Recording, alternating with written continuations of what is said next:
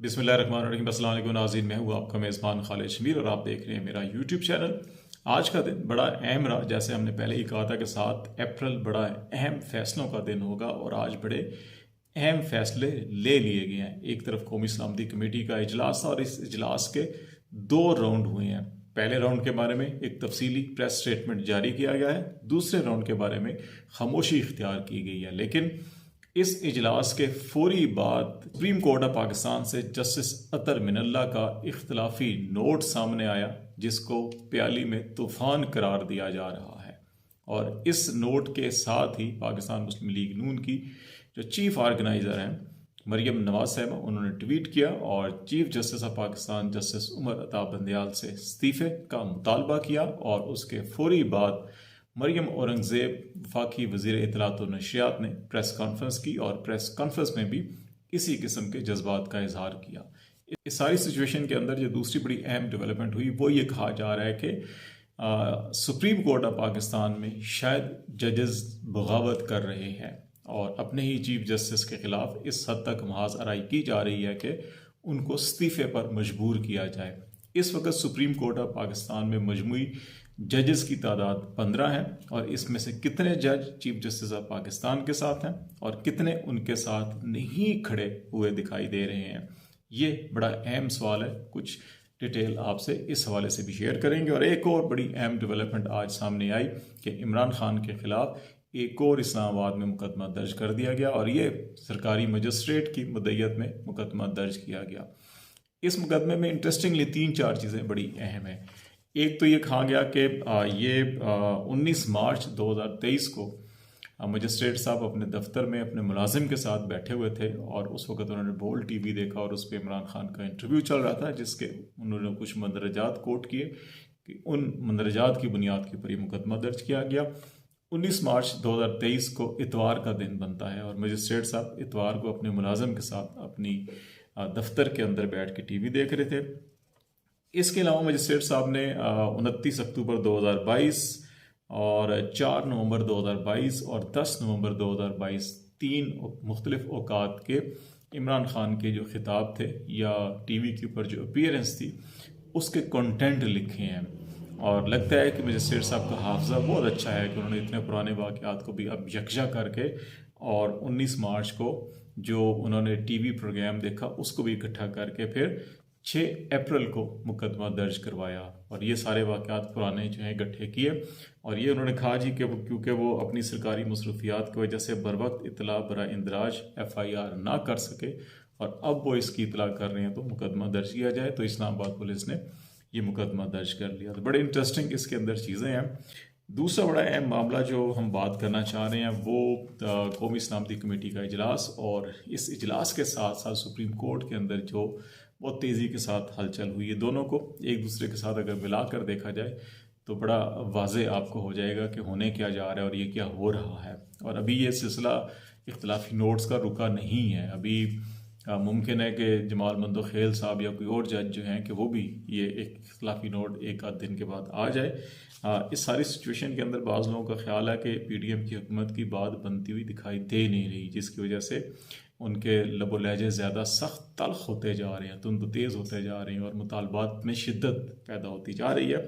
कौमी सलामती कमेटी के इजलास का जो स्टेटमेंट जारी किया गया उसमें बताया गया कौन कौन इजलास में शरीक हुए, दहशत गर्दी के हवाले से, अमन अमान के हवाले से बहुत सी चीज़ों का तस्करा किया गया। लेकिन इसके अंदर एक पॉलिटिकल बयानिया फिर इसमें डाल दिया गया और वो दहशत गर्दी के हवाले से तालिबान की वापसी के हवाले से PTI का नाम नहीं लिया गया, लेकिन कहा गया कि ऐसी सोच जो थी कि जो तालिबान को आज़ादाना तौर पर वापस लाई, उसके नतीजे में पाकिस्तान में दहशत गर्दी बढ़ रही है। हालांकि बहुत से लोग ये सवाल उठाते हैं लेकिन इस पर खामोशी इख्तियार की जाती है कि इरफान सिद्दीकी की सरबराही में जो जिरगा बनाया गया था, अमन जिरगा, जो तालिबान से बातचीत कर रहा था, मियां नवाज शरीफ साहब के दौर में इस मामला और ये सिलसिला शुरू हुआ था। इमरान खान के दौर के अंदर ये सिलसिला शुरू नहीं हुआ था, लेकिन इस बयान के अंदर वो भी हवाला दिया गया है।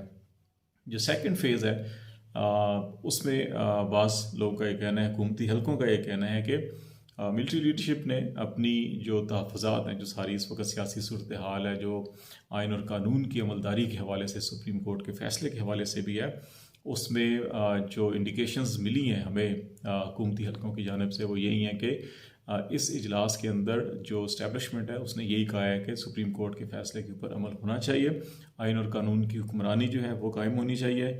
इस वक्त पाकिस्तान को जो दहशतगर्दी के ख़तरात हैं वो बढ़ते जा रहे हैं, माशी सूरत हाल ठीक नहीं है, सियासी माशरती हिजान की कैफियत है। इन हालात के अंदर इदारे को अपने तशख़्ख़ुस जो है उसको इमेज है उसको भी बेहतर बनाना है। तो इन हालात के अंदर बेहतर हल यही है कि कानून की हुक्मरानी, आइन की हुक्मरानी जो है कि उसको कायम किया जाए, रैदर दैन के इख्तलाफात को ज़्यादा हवा दी जाए।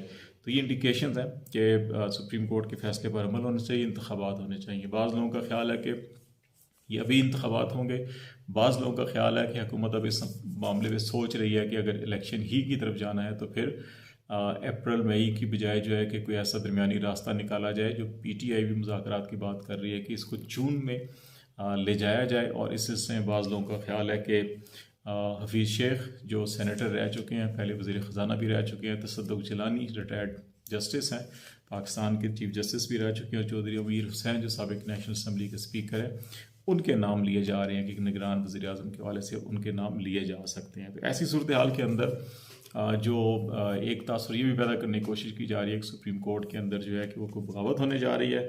अगर इस वक्त जजेस की सूरत हाल देखें तो जो सुप्रीम कोर्ट के अंदर के ज़राए और पास हुकूमती हल्के भी कहते हैं कि 10 के करीब 10 जजेस जो हैं कोई चीफ जस्टिस ऑफ पाकिस्तान के साथ हैं, 4-5 जजेस जो हैं कि वो काजी फ़ाइज़ ईसा के साथ हैं। तो इस हवाले से वो इम्कान भी इतना कोई नहीं है कि जजेस में कोई बगावत हो जाए या चीफ जस्टिस पाकिस्तान के जो है कोई तख्ता उलटा जा सके, जैसे सजाद अली शाह का किया गया था।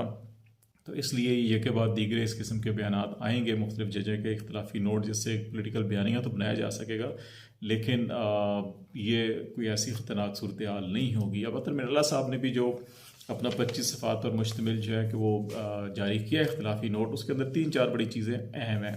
एक तो 184(3) के तहत जो उन्होंने कहा कि आज खुद नोटिस के हवाले से मामला है, ये पैरा 3 के अंदर उन्होंने कासम सूरी कहा कि ये सारा मामला जो है कि कासम सूरी की जो डिप्टी स्पीकर की रूलिंग थी उसके बाद आज खुद नोटिस लिया गया, उससे शुरू हुआ, फिर 63A की जो तशरीह के हवाले से उस पर, और फिर इसको लेकर आए अभी जो मौजूदा आज खुद नोटिस है। उन्होंने कहा कि ये जो है कि बेहतर था कि ना लिया जाता या फुल कोड इसके ऊपर बनाया जाता। और 90 दिन के अंदर इंतखाबात के हवाले से अतर मिनल्ला साहब भी इस चीज़ पे एग्री करते हैं और कहा उन्होंने अपने इस फैसले के अंदर भी, अगर इसका पैरा 7 देखें या 17 देखें या कंक्लूजन इवन देखें, तो उसके अंदर जो 7 कंक्लूजन है उसके अंदर बड़े वाज़ेह तौर के ऊपर ये कह रहे हैं कि लाहौर हाई कोर्ट ने 90 दिन के अंदर इलेक्शन का फैसला दे दिया था, और डिवीजनल बेंच जो समाअत कर रहा था उसने भी इसको हुक्म इम्तनाई नहीं दिया था। तो इसलिए तमाम जो अथॉरिटीज़ थी गवर्नमेंट की और इलेक्शन कमीशन की, वो पाबंद है कि 90 दिन के अंदर अंदर इलेक्शन होना चाहिए था। सुप्रीम कोर्ट को डिवीज़नल बेंच के फैसले का इंतज़ार करना चाहिए था, उसके बाद ये मामला टेकअप करते। उनका सिर्फ इख्तलाफ इस बात का है, 90 दिन के ऊपर उन्होंने भी कोई इख्तलाफ नहीं किया।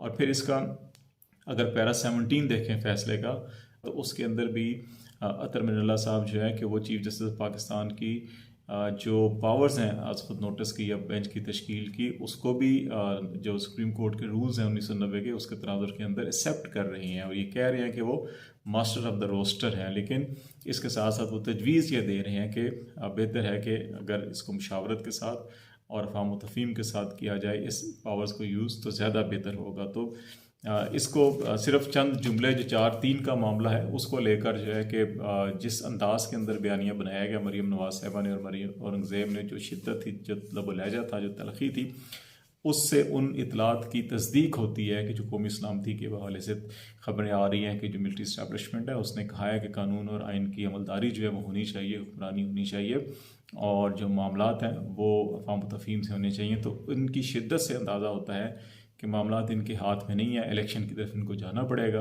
लेकिन उससे पहले जो है कि अपना ये पोलिटिकल नैरेटिव जो है वो बिल्ड करना चाह रहे हैं कि और मुझे क्यों निकाला, या वोट को इज़्ज़त दे, और या एंटी इस्टेब्लिशमेंट, या इस दफ़ा जो है कि एंटी जुडिशरी स्टांस लेके वो इलेक्शन में जाना चाह रहे हैं। तो इसलिए जो सारी ये कोशिशें की जा रही हैं। तो लेट्स सी, अभी 11 अप्रैल बड़ा अहम होगा, 10 अप्रैल तक का टाइम है कि फाइनेंसेस और फंड्स फराम करने। इलेक्शन कमीशन ऑफ पाकिस्तान को फाइनेंस मिनिस्ट्री ने 11 को रिपोर्ट पेश करनी है। तो अब देखते हैं 11 तक मामलात क्या होते हैं, सुप्रीम कोर्ट क्या डायरेक्टिव करती है और हुकूमत उस पर कैसे अमल करती है, आपको आगाह करते रहेंगे। फिलहाल खालिद जमील को इजाज़त दीजिए। अल्लाह हाफिज़।